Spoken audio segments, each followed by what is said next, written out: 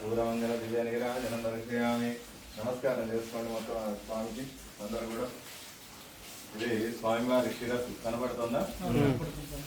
శిరస్సు, నుదుటిపై తిరునామాలు, నేత్రాలు,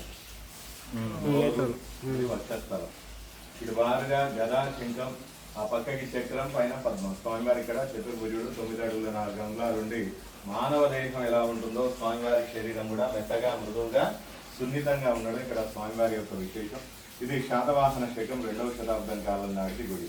ఇక్కడ దీపకర్ణి అనే మహారాజు గారికి ఆ స్వామివారి స్వప్నంలో కనిపించి నేను ఈ ప్రదేశంలో ఉన్నా, నన్ను బహిర్గతం చేయండి అని చెప్పారు.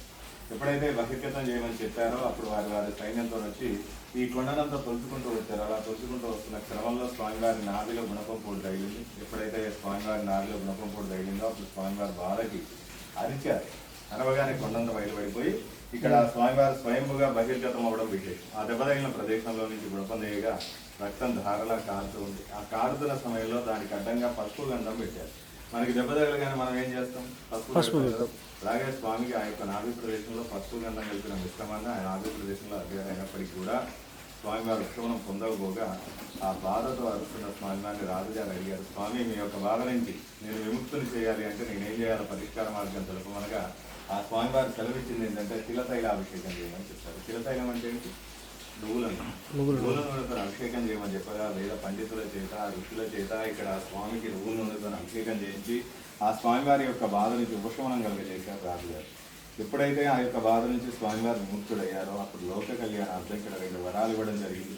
ఆ వరాలు ఏంటంటే దెబ్బతగిలిన ప్రదేశంలో మనం పసుపు కానీ గంధం కానీ పెడతాం కదా, ఆ యొక్క ప్రసాదాన్ని కనుక సంతానం లేని వారికి ఇస్తాం.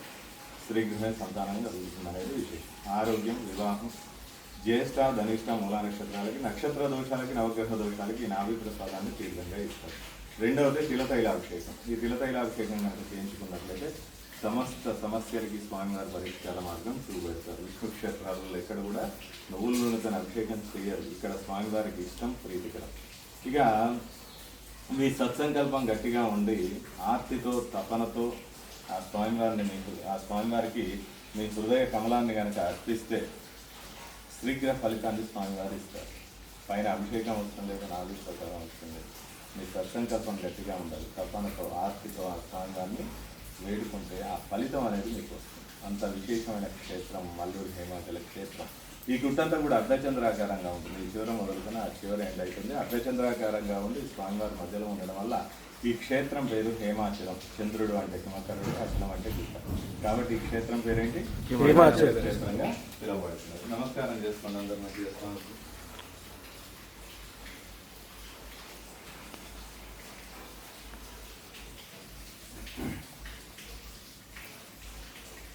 ఒకసారి మళ్ళొకసారి చూడండి. ఇది స్వామివారి శిరస్సు కనబడుతుందా? నుదుటిపై తిరునామాలు, నేత్రాలు, నోరు, వక్షస్థలం, ఇటు బారుగా గదా శంఖం, ఆ పక్కకి చక్రం, పైన పద్మం అండి. ఇక్కడ స్వామివారు చతుర్భుజుడు. ఒకసారి శనివారం, ఆదివారం తిలతైలాభిషేకంలోనే చూపించారు. ఒకసారి ముట్టుకున్నట్లయితే 25,000 జపం చేసుకోవాలి. ఇప్పుడు పొద్దునే వచ్చారు కదా, ఎప్పుడు వచ్చారు? రాత్రి వచ్చారా? ఇలా పువ్వు కనపడుతుందా? నకర్షిక పర్యంతో స్వామివారి పెద్దగా విధంగా సున్నితంగా ఉండడం. నమస్కారం చేస్తాను.